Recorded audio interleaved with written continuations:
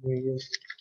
Pues muchas gracias por la invitación a Eduardo, que es el gestor y amigo principal, y luego a todos los de a la organización del Creta, que bueno, como acabo de comentar, las instalaciones son buenísimas y acogedoras. Ah, bien, y luego, bueno, eh, es bueno también tener buenos sitios donde estudiar y donde hacer las cosas.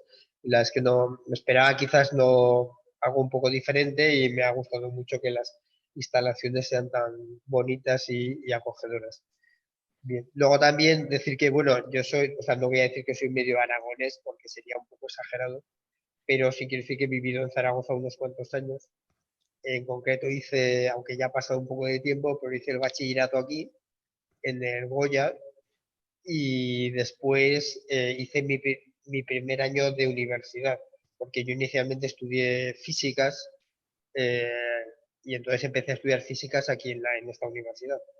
Entonces, bueno, digo, dentro de que ya ha pasado un cierto tiempo, o sea, la considero en parte, o sea, no de manera simplemente formal, sino real como una de mis ciudades. Bien, bueno, y dicho esto, pues ya paso un poco a reflexionar sobre este tema. Mm, Eduardo, probablemente al principio yo mismo quizás pensábamos hablar sobre un tema más filosófico, aunque luego también después en el debate, y sobre todo si había algunos de los que habéis leído parte de los planteamientos filosóficos que hago, podéis hacer las preguntas al respecto, pero luego también me pareció un poco por los tiempos que corren, o sea, me pareció un poco que podía ser oportuno o necesario hacer una reflexión también como más circunstancial y de contexto social, porque yo creo que estamos en unos momentos quizás problemáticos, especialmente problemáticos, si los comparamos sobre todo con España hace 10 15 20 años, y entonces creo que eso también es como una reflexión específica y también como tomar de posición y acción. Entonces, por eso es por lo que dije, bueno, voy a proponer este tema sobre el que he trabajado un poco, no soy especialista, entonces en ese sentido son un poco reflexiones personales, perdón un poco porque por eso estoy un poco acatarrado, pero digo, bueno, vamos a reflexionar sobre esto. De hecho en este libro sobre religión, ahí es donde hace tiempo ya publiqué un primer artículo sobre esto, que era un análisis cultural de la religión en España. El análisis que yo voy a hacer, que es un análisis puramente personal, es más bien de tipo cultural, o sea, es cultural filosófico, porque yo no soy teólogo, entonces no me voy a meter en cuestiones teológicas de las que algo sé, pero no a nivel profesional. Entonces es más bien lo que podríamos llamar como un análisis sociocultural de este proceso desde una perspectiva católica, eso sí, pero, pero no es tanto como un análisis teológico, sino más bien un análisis de un poco de qué es lo que pasa a nivel de sociedad, ¿no? Y, o sea, dividiendo la conferencia como en tres partes, pues primero sería como presentar un poco la situación actual, o sea, en qué situación nos encontramos, eh, y después la idea sería hablar de una respuesta cultural, una respuesta organizativa. O sea, es decir, ver qué es lo que está pasando, en qué condiciones nos encontramos en relación al cristianismo. Y en España sí que quería hacer esa reflexión, no en general en el mundo mundial, por decirlo de alguna manera, sino en nuestro país, porque tiene unas características especiales que quizá en otros sitios no los tiene y que requiere una respuesta. También querría decir que el título es un poco provocativo, o sea, en el sentido que no creo que sea real que estemos en una España secularizada. O sea, probablemente sería más preciso decir que estamos en una España en un proceso de secularización, pero no en una España secularizada. Esto un poco ha sido un poco como para llamar la atención y tal, ¿no?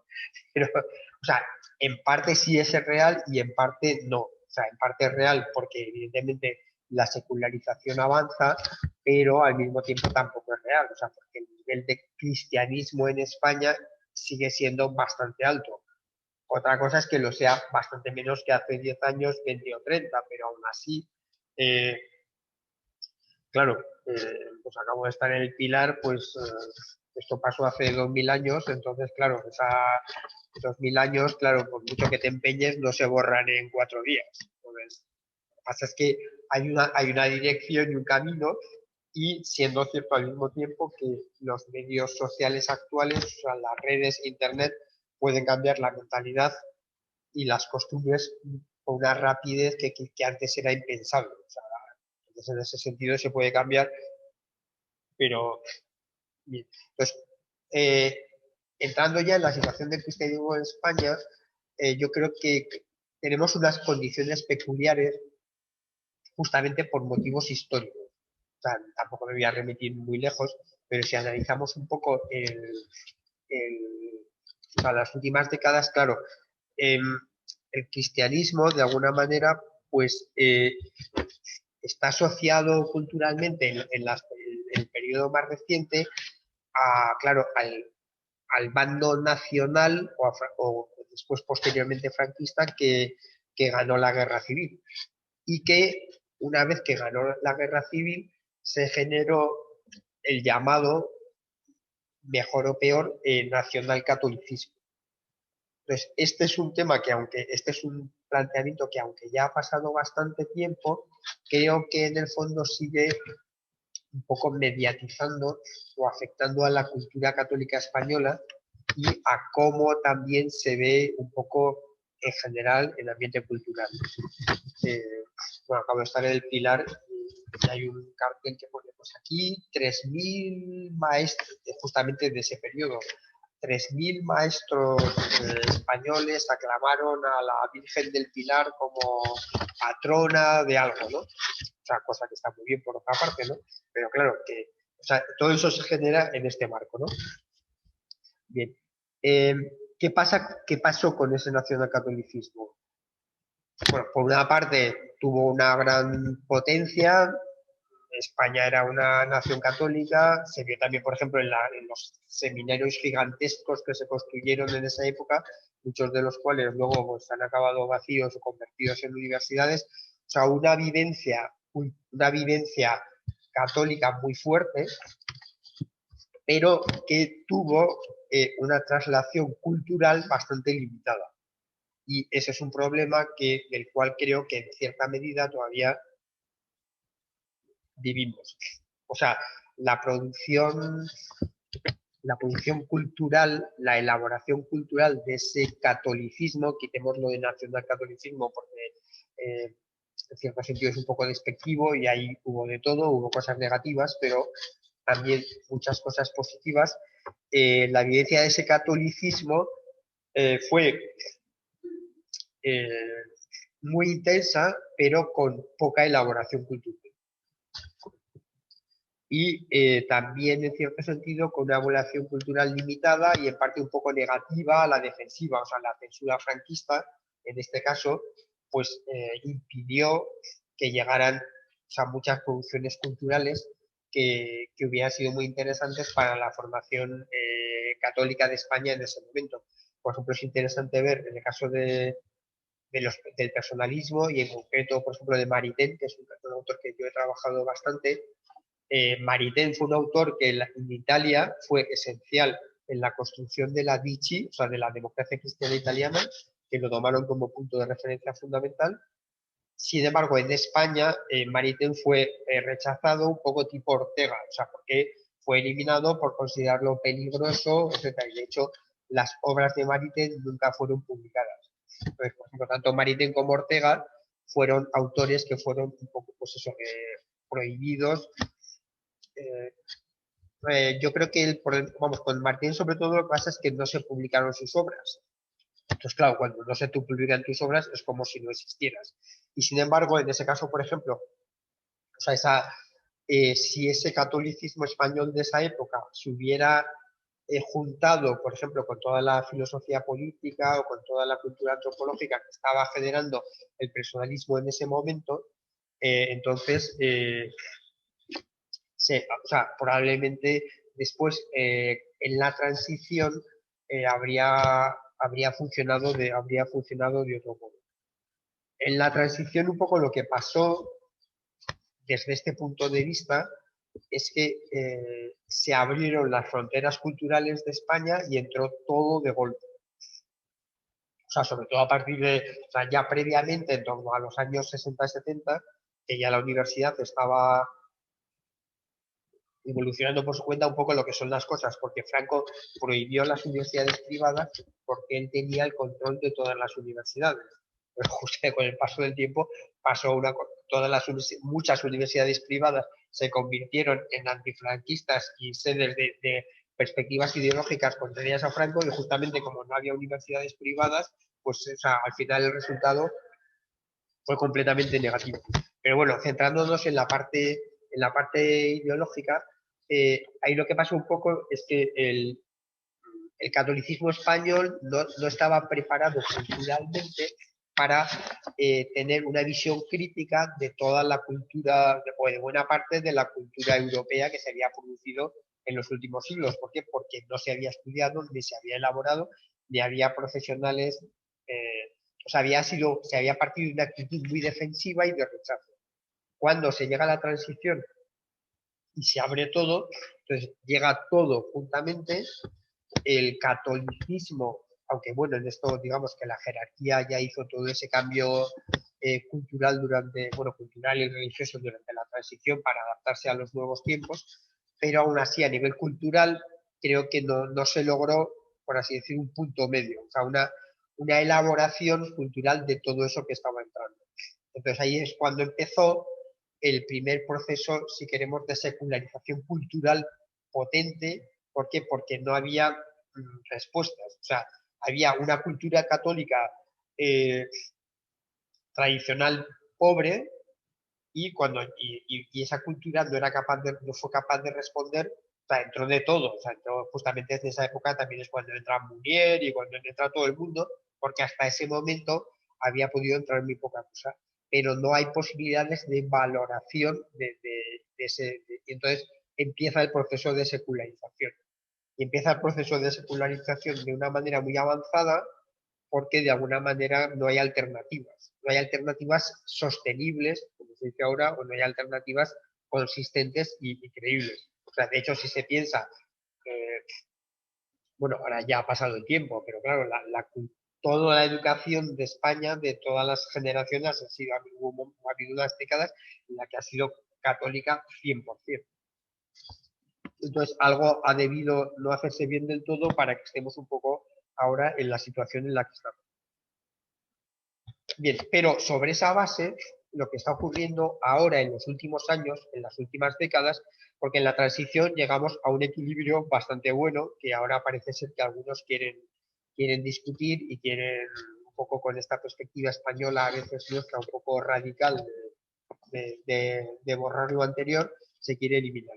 Y justo en estos últimos años, lo que está pasando, no solamente en España, pero en buena medida en España, ya es un proceso de secularización mucho más agresivo. O sea, en el cual no se trata ya simplemente de que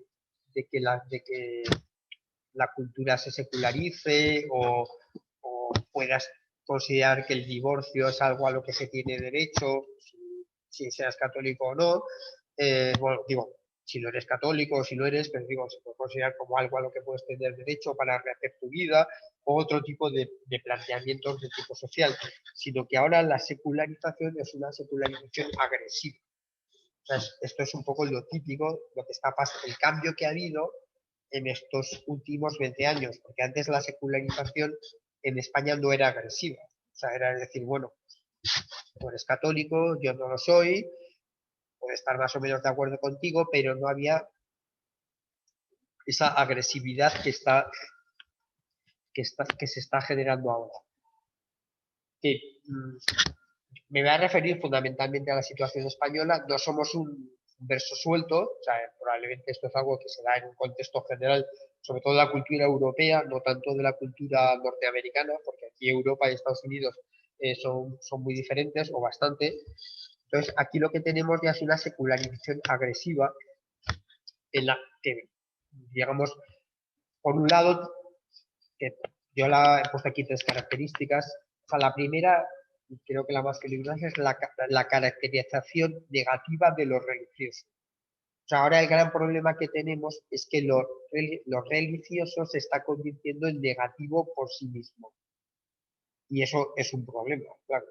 Porque cuando algo es negativo, la actitud lógica después es ir contra ello. O sea, no es que tú piensas esto y yo pienso lo otro, y bueno, pues yo pienso que tengo razón porque para eso mantengo esta opinión y tú tienes la otra. El problema ahora es distinto, porque el problema es que lo religioso se está empezando a considerar negativo en sí mismo. Y para esto basta ver, recorrer un poco los medios de comunicación, las películas que hayáis visto últimamente y podéis hacer recuento de en cuántas de las películas que hayáis visto lo católico o lo cristiano ha salido considerado positivamente y en cuántas ha salido considerado negativamente. O sea, simplemente con hacer ese cálculo en las películas de difusión general, ¿no? Eh, luego también, porque yo creo que hay que empezar un poco a concretar ya, eh, en la ley de memoria histórica, por ejemplo, también está siendo un problema en este aspecto. Y yo creo, o sea, porque ahora mismo, eh, o sea, claramente hay un revanchismo. O sea, hay un revanchismo, digamos, por parte de la izquierda. O sea, perdón que sea concreto, pero es que creo que ahora mismo, si no, al final, pues es como ir con el lirio por la mano, pero de la izquierda real española, de la izquierda actual, o sea, porque podríamos estar hablando de una izquierda ideal, pero como no existen las izquierdas ideales sino las reales, si hablamos de la izquierda actual española, está en una posición claramente revanchista. O sea, es decir, como reconstruir la historia, reconstruir la memoria y justamente eliminar ese proceso de la transición, en el cual todos venimos a decir, bueno, ni para ti ni para mí, yo pienso que lo mío es mejor que lo tuyo, pero vamos, para no discutir, vamos a dejarlo en tablas. Pues ese equilibrio se ha roto, ya no es ni para ti ni para mí, sino que es para mí. O sea, lo bueno es lo mío y tú, o sea, y tú eres malo. O sea, yo te voy a dejar, como yo soy bueno, pues bueno, puedes más o menos funcionar por aquí. Pero la ideología de base de la que tú partes es negativa y yo soy tan bueno que por ahora te permito seguir adelante, ¿no? Y en este hay varios aspectos en este elemento, pero bueno, como veo, en concreto, uno que me parece que ya está empezando a ser problemático es la demonización del franquismo. O sea, yo creo que yo no soy franquista, o sea, eh, o sea, nunca lo he sido, no tengo problemas al respecto, pero creo que se está produciendo una especie de reconstrucción histórica de la memoria en la cual se está convirtiendo a Franco en una especie de Stalin. Entonces, claro, eso es problemático. Primero porque es falso.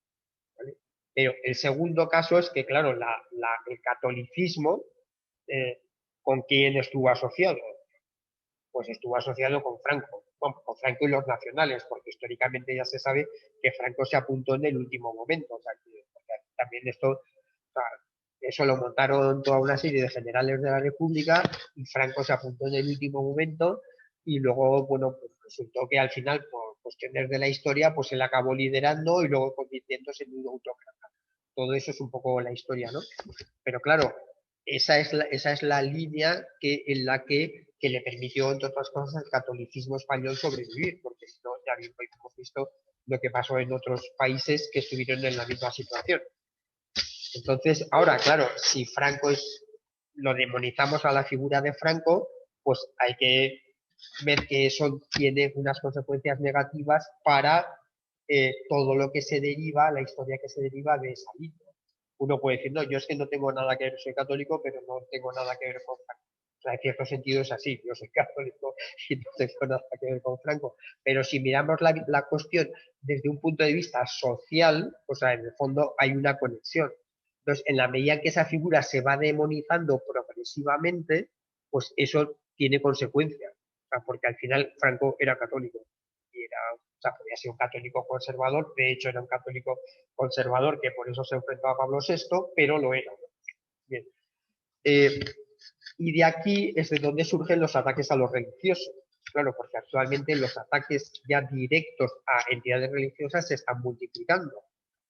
y dentro de este procedimiento tiene su lógica. Si esto es negativo y además está más o menos asociado en parte al franquismo, que ya era súper malo, pues entonces lo lógico es atacarlo. Entonces, estamos entrando un poco en ese tipo de planteamiento y que es un planteamiento negativo, muy negativo para la convivencia española en general y pues ante el que hay que reaccionar. O sea, por eso un poco me parecía importante hablar de esta cuestión. O sea, porque va increciendo, ¿no? O sea, con cosas que son negativas pero que son reales, pues en el Halloween está muy bien, pero ahora parece que cada vez que aparece el Halloween, cada vez hay más también vamos, a mí Halloween me da un poco igual, ¿no? O sea, pero que de hecho, pues se van produciendo cada vez más procesos de ataques también a iglesias, a sagrarios, etcétera, pues porque, claro, todo esto que en principio se podría quedar en su sitio, de hecho no se queda, entonces va ampliando terreno, se va generalizando esa visión negativa y bueno, pues yo creo que eso tenemos que ser conscientes y ver un poco qué es lo que se puede hacer y actuar.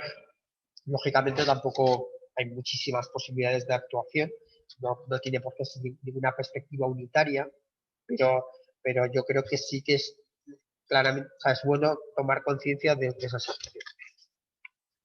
Bien, entonces entrando ya un poco en la segunda parte de la conferencia, que sería que la respuesta cultural. O sea, ¿qué podemos hacer desde el punto de vista cultural como respuesta? Dando algunas ideas que no son sistemáticas y que espero que tengan alguna utilidad, creo que hay que trabajar mucho ya positivamente en cambiar la imagen de lo religioso. Yo creo que eso es algo muy importante a nivel de imagen, o sea, de imagen audiovisual. O sea, porque ahora el mundo se rige por la imagen. Entonces, o sea, las ideas son importantes, pero si las ideas no se transforman en imágenes, no van a llegar a la gran masa social. Entonces, o sea, hay que cambiar esa imagen eh, de lo religioso, eh, insistiendo en los aspectos positivos.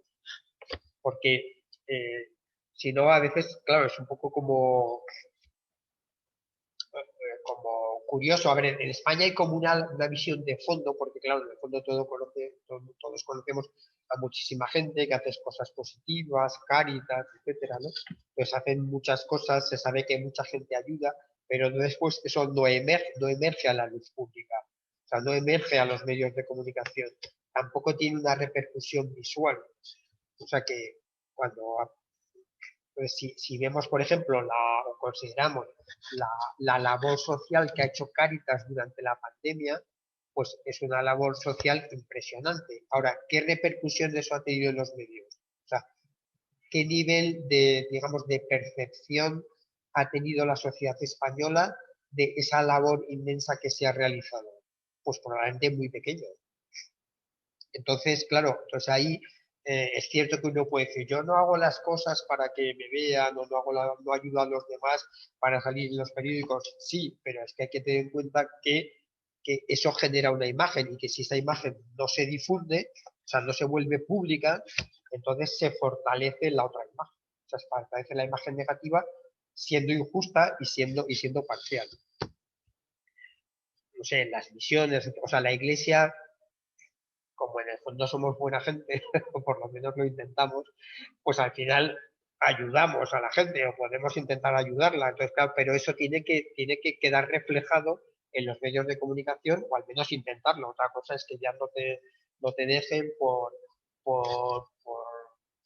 censura, por la censura ahora mismo que también va creciendo a nivel global, incluida las redes sociales, etcétera, pero un poco hay que intentarlo. Donde, por ejemplo, ahí hay un, o sea, una situación contraria en aspecto positivo sería, por ejemplo, la campaña sobre la renta. La campaña sobre la renta sí que llega al conjunto de la sociedad porque se realiza a través de anuncios en televisión y ahí sí que se da una imagen positiva de muchas de las cosas que se hacen en contextos católicos. Y aparte, claro, los católicos pues venimos a ayudar a las cosas. Pero yo creo que eso es una batalla importante eh, a nivel de medios de dar esa imagen. Yo creo que también ahí habría que, o sea, por parte del empresario católico, por parte de quien tenga medios, pues ese es un campo claramente de acción, de entrar en ese terreno. Bien, luego a nivel cultural más en general, eh, claro, hay que promocionar la cultura católica, o sea, tenemos que promocionar la cultura católica, que existe y es mucho más potente de lo que a veces nos imaginamos o nos pensamos. Lo que pasa es que quizás trabajamos poco en la cultura del autobombo, en el buen sentido de la palabra, o sea, de apoyar a los tuyos, ¿no? Eh, si esto ha ido variando, o sea, podemos pensar que ahora mismo, claro, que en el siglo XVI o XVII había una cultura española potentísima y es así, como estábamos hablando pues, pues usando por el Quijote, la obra fundamental de la lengua española, es una obra profundamente cristiana. O sea, no es una obra de teología, evidentemente, es el Quijote, pero todos los valores que están detrás son cristianos, ¿no? Bien. Entonces, esto debemos pensar que ahora no existe, o sea, que en el siglo XX pues esa cultura católica ha desaparecido, pero en realidad no es así. O sea, si nosotros vamos buscando figuras en diferentes ámbitos católicas relevantes, existen. Lo que pasa es que a veces, o sea, no les damos el valor necesario ni las potenciamos lo suficiente. Por mencionar dos ámbitos que conozco un poco, si, por ejemplo, a nivel filosófico, o sea, del siglo XX encontramos, primero, el siglo XX es probablemente el siglo filosófico más importante de la historia de España. O sea, no creo que haya habido en ninguna época filósofos de tanto peso ni tantos filósofos relevantes como ha habido en el siglo XX en España, y muchos de ellos son católicos. O sea, y no son cualquiera. O sea, y antes aquí he pensado que hay un experto en María Zambrano. María Zambrano era católica, Julián Marías era católico, Zubiri era católico. ¿Eh? Aranguren también, Lain Entralgo, o sea, es decir, que tenemos un montón de filósofos católicos significativos, o sea, no son nadie, en el siglo XX. Entonces, en este caso, digamos que no tenemos que inventarlo, no es como, bueno, vamos a ver si aquí un poco buscando debajo de las piedras, no, hay gente de gran peso. Ahora, entonces, ¿por qué no potenciar a todos estos filósofos y también marcar ese carácter católico? O sea, no se trata de hacer, yo creo que, o sea, la cultura para que funcione, para que sea, tiene que ser auténtica cultura. O sea, es decir, no creo que se pueda hacer apología cultural o cultura barata o venta de catolicismo cultural barato. O sea, tienes que tener realmente productos culturales consistentes, elaborarlos bien, trabajarlos a fondo y presentarlos. Pero lo que ocurre es que en este caso lo hay. Y en otro ámbito, por mencionar solo dos, si mencionamos la poesía, pues toda la generación, buena parte de la generación del 27, ¿vale? Con poetas como Salinas, Alto Laguirre, Damaso Alonso, Gerardo Diego, son poetas muy potentes y también son poetas, o sea, explícitamente católicos. Bueno, yo he mencionado antes a Julián Marías, claro. Entonces tenemos aquí todos simplemente con mencionar todo este conjunto de nombres, a los cuales se podrían añadir muchos en otros terrenos.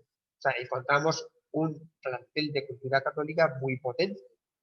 Bueno, ahora, ¿qué es lo que pasa? Que es que hay que promoverlos, hay que hablar de ellos, porque si no, la gente desaparece. O sea, esto es un poco como el hizo de los medios de comunicación, como antes se decía, ¿no? Si no te has muerto en el ABC, pues es que no te has muerto de verdad, ¿no? Si no sale tu esquela en el ABC, es que no te has muerto. Esto ya ha pasado a la historia porque, en fin, ahora con los medios de comunicación y tal, pero si algo no sale en cierta manera en los medios de comunicación, pues no existe. Pues Salinas puede estar allí, pero si nadie habla de él, nadie le conoce y las obras no se editan, pues dejar desaparecer. Eh, entonces, es cierto que en otros ámbitos hay producción cultural no solamente no católica, que no sé, eso sería un problema pequeño, sino esta producción cultural antirreligiosa, que es la que se está generando últimamente, en la cual lo católico siempre tiende a aparecer como ya como casi como irracional, ¿no? Yo últimamente he entrado en algunas mini batallas en Facebook, sobre todo con el tema del ateísmo, no sin dedicarle excesivamente tiempo, pero a veces es que me llama la atención, o sea, la simpleza de los argumentos que los ateos, no todos supongo, pero bastantes de los que son ateos, presentan en Facebook a favor del ateísmo, creyendo además que son como súper listos y tal, ¿no? Que eso es lo que me hace gracia. Pero son unos argumentos súper simplones, claro, porque se piensan que es que el que está delante es tonto, o sea, que no sabe reflexionar, ¿no? Entonces, claro, pero eso detrás de eso hay toda una mentalidad, hay todos unos problemas de bien. Eh, en este sentido, bueno, eso sería, o sea, por lo tanto, hay cultura católica española, o sea, no necesitamos irnos, a veces también, como somos muy de que lo nuestro no tal, pues entonces, pues todo el mundo hablando de Chesterton, pues yo no tengo nada contra Chesterton, que me parece una persona muy valiosa, o Newman también me parece una persona muy valiosa, pero bueno, que toda esta gente le da, en cierto sentido, 100 vueltas a Chesterton. O sea, no le da 100 vueltas a Chesterton desde el punto de vista de difusión y de, porque Chesterton era, digamos, como ensayista, periodista, y era un tipo súper brillante y genial, pero bueno, que evitando las comparaciones que son odiosas, lo que quiero decir es que todos estos tienen una reflexión excepcional sobre muchos temas y no necesitamos irnos fuera. Podemos irnos, pero no lo necesitamos en realidad, ¿no? O el mismo Julián Marías, que tiene una producción impresionante, filosófica, alguna específicamente católica, con perspectiva sobre el cristianismo, pero que es un gran pensador y muy, muy asequible, ¿no? Bien, aquí creo que el punto fundamental es, o sea, generar la propia agenda. O sea, yo creo que cuando se funciona en modo reactivo, no se va a casi ningún lado. O sea, es decir, alguien saca una cosa y tú reaccionas en contra. Otro saca otra cosa y tú reaccionas en contra. Otro saca otra cosa y tú reaccionas en contra, ¿no? Que es un poco en el marco en el que nos estamos moviendo actualmente. Eh, con ese tipo de planteamiento generalmente pues siempre sales perdiendo, claro, porque el otro es el que marca las reglas de juego. Aquí creo que o sea, la actitud de fondo, o sea, lo que habría que conseguir es la generación de la propia agenda. O sea, no soy yo el que habla de ti, sino que tú tienes que hablar de mí. ¿Por qué? Porque yo tengo, pero porque tengo cosas que decir, claro, no simplemente porque lo quiero, sino porque yo tengo cosas que decir y esas cosas que decir las expreso en un nivel cultural potente. Claro, eso no se va a conseguir con todo, claro, porque no es tan sencillo. Pero la idea es que tenemos toda esta gente, tenemos, sin entrar, digamos, en figuras de nivel uno, pues hay muchísima gente por ahí que tiene una formación muy válida y que puede presentar muchísimas cosas. Pero hay que intentar evitar el modo reactivo, porque el modo reactivo siempre juegas en el campo del otro. Y cuando juegas en el campo del otro, pues te falta. Y además tú siempre das la sensación de que estás a la contra, de que eres negativo, mientras que no tienes capacidad de proposición. Entonces creo que esto, digamos, en la línea de generación de cultura católica, en la acción de intentar frenar o de resolver esa secularización, que evidentemente es uno de los resultados de todo este problema, es algo que se debe conseguir. En el marco general está también el personalismo, claro, el personalismo con los autores españoles personalistas y luego con todo el personalismo del siglo XX. En realidad podemos pensar que el siglo XX, que en muchas ocasiones se ha hablado de él como un siglo ateo, es el siglo que ha generado una antropología más coherente con el cristianismo, desde mi punto de vista. O sea, la antropología más coherente con el cristianismo que se ha generado a lo largo de la historia se ha generado en el siglo XX. Y sus autores son los autores personalistas. O sea, Guardini, Maritain, von Hildebrand, Seller, Eisenstein, todos estos autores han generado una antropología personalista súper potente y además perfectamente compatible con el personalismo. Entonces, esto ya, digamos, saltando del marco español al marco europeo, también hay un montón allí de autores de referencia en este terreno filosófico. Bien.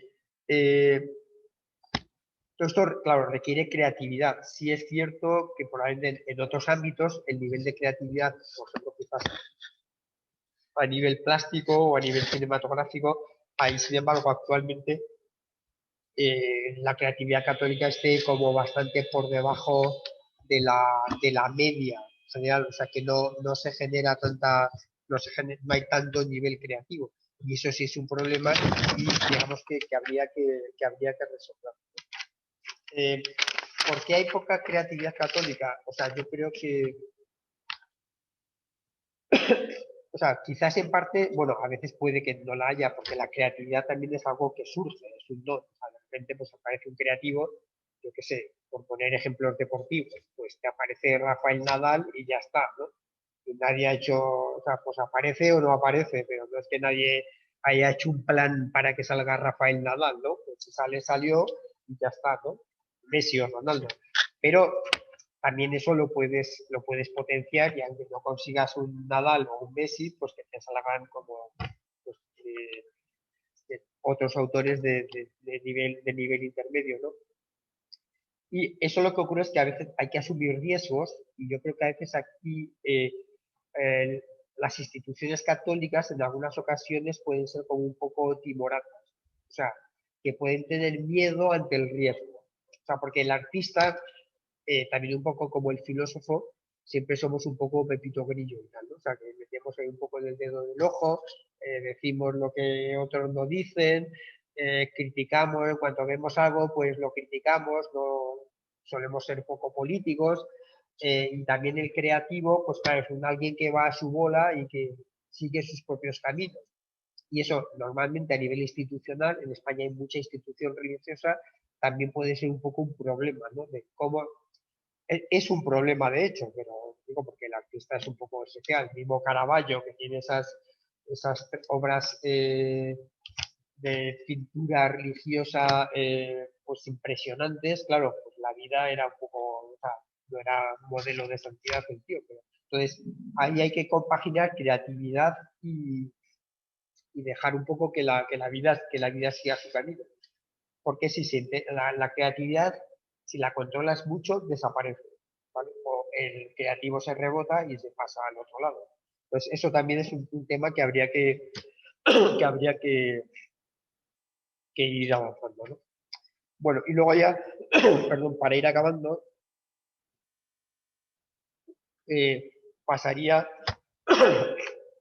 a la respuesta organizativa. O sea, hemos hablado de respuesta cultural, esto sería algunas ideas en relación a respuesta organizativa. Eh, no, aquí tengo unas tesis bastante personales, entonces ya un poco lo adelanto.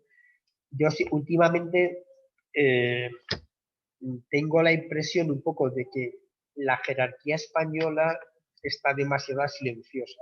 Digo, quizás no sé si este es el contexto más adecuado para decirlo, pero que bueno, al final creo que un poco hay que ir diciendo las cosas y creo que es así. O sea, porque aquí ya estamos hablando de organización, paso digamos con un poco al nivel organizativo y claro, dentro del catolicismo pues lógicamente la principal organización es la Iglesia, de la que todos somos parte, pero en la cual la jerarquía lógicamente tiene un papel especial y personalmente pienso que hay excesivo silencio.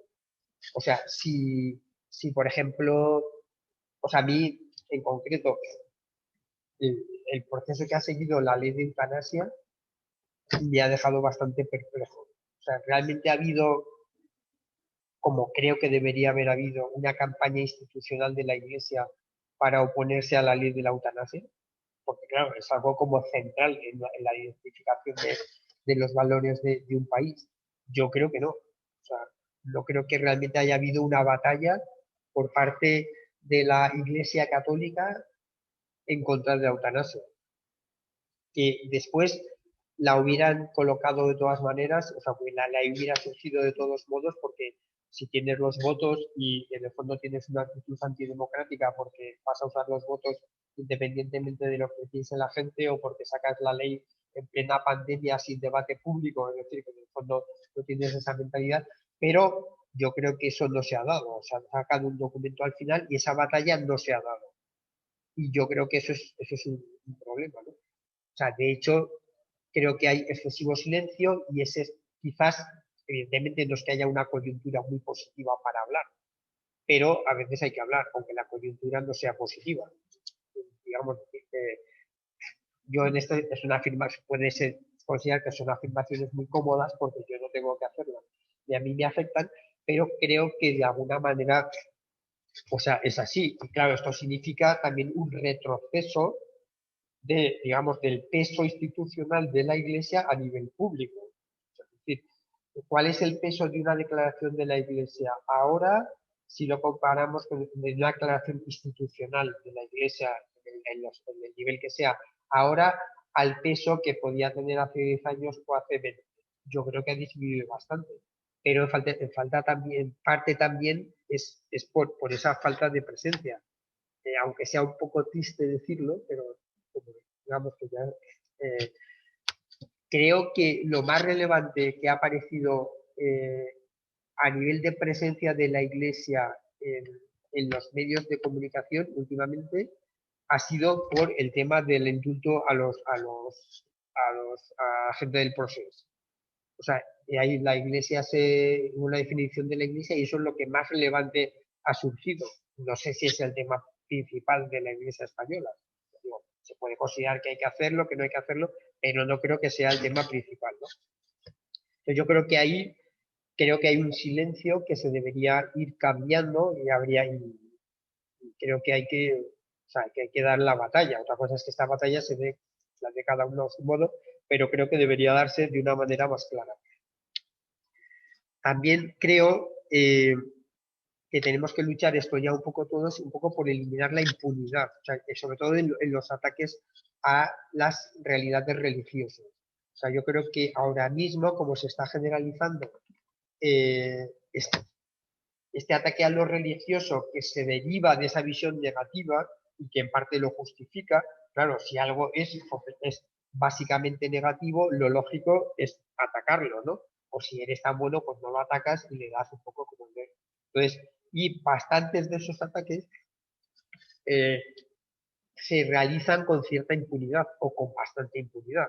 Y eso también es un problema, porque claro, cuando tú atacas algo con razón o sin ella, o te ríes de algo con razón o sin ella y no te pasa nada, pues, pues bueno, pues decir, pues mira, yo hago esto y no me pasa nada, entonces lo va a hacer el de al lado o yo lo voy a volver a repetir. Entonces yo creo que dentro, los católicos debemos rezar y debemos reparar, pero también podemos hacer más cosas, o sea, aparte de rezar y encender velas en las iglesias. Así que, con lo cual no digo que esté mal, digo que no todo tiene por qué reducirse a esto, porque si no, pues, claro, si el otro es respetuoso, si tú eres respetuoso con el otro, pero el otro no es respetuoso contigo, pues aquí hay un problema, claramente. Entonces hay que ver un poco cómo acción, ¿no? Creo que aquí, por ejemplo, yo creo que desde hace tiempo ha empezado a realizar en ese sentido una labor muy interesante, no sé si la conocéis, la Asociación de Abogados Cristianos, que es una asociación justamente que está llevando a juicio a todas las acciones en las que se realiza un proceso, digamos, de, de ataque inconsistente jurídicamente contra temas religiosos. Por ejemplo, muchas de las cruces que se han derribado, pues lo han impugnado, procesos en los que ha habido blasfemias, etcétera.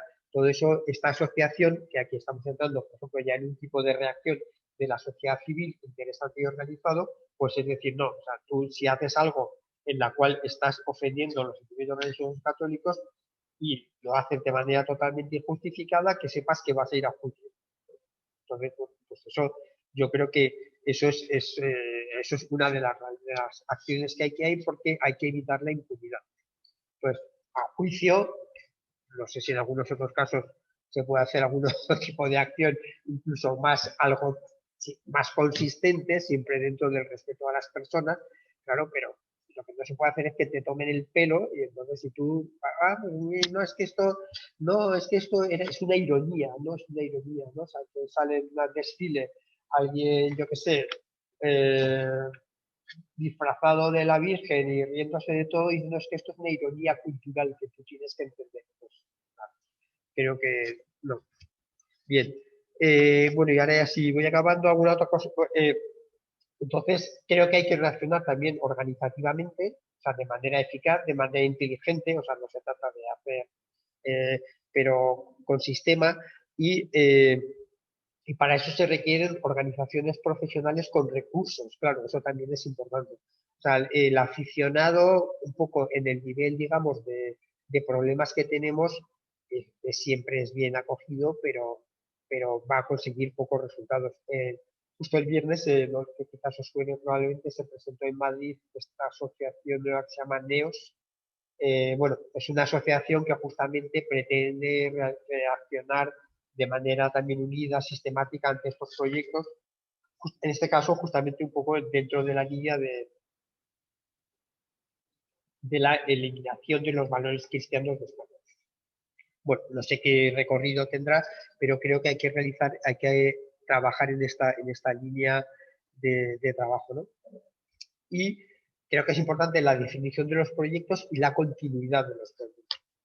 O sea, porque quizás un poco es bastante hispánico también lo de empezar y durar poco. O sea, podemos empezar muchas cosas, pero quizás a veces esas cosas no duran. Pues para que los proyectos tengan consistencia en este nivel organizativo, pues yo creo que hay que ser profesionales, tener recursos, también en ese sentido hay que hacer, si una asociación no tiene dinero, no tiene financiación, pues lo que se va a poder hacer va a ser modelo aficionado, y luego intentar que esos proyectos estén bien definidos, estén bien orientados y tengan continuidad. Entonces, en este marco, bueno, pero con esto primero he hecho estas ideas un poco de cómo me parece a mí que está la situación en este contexto de este proceso de secularización, cuál sería y cuáles podrían ser algunos elementos de reacción cultural y organizativa. Bien, yo creo que con esto pues ya acabo.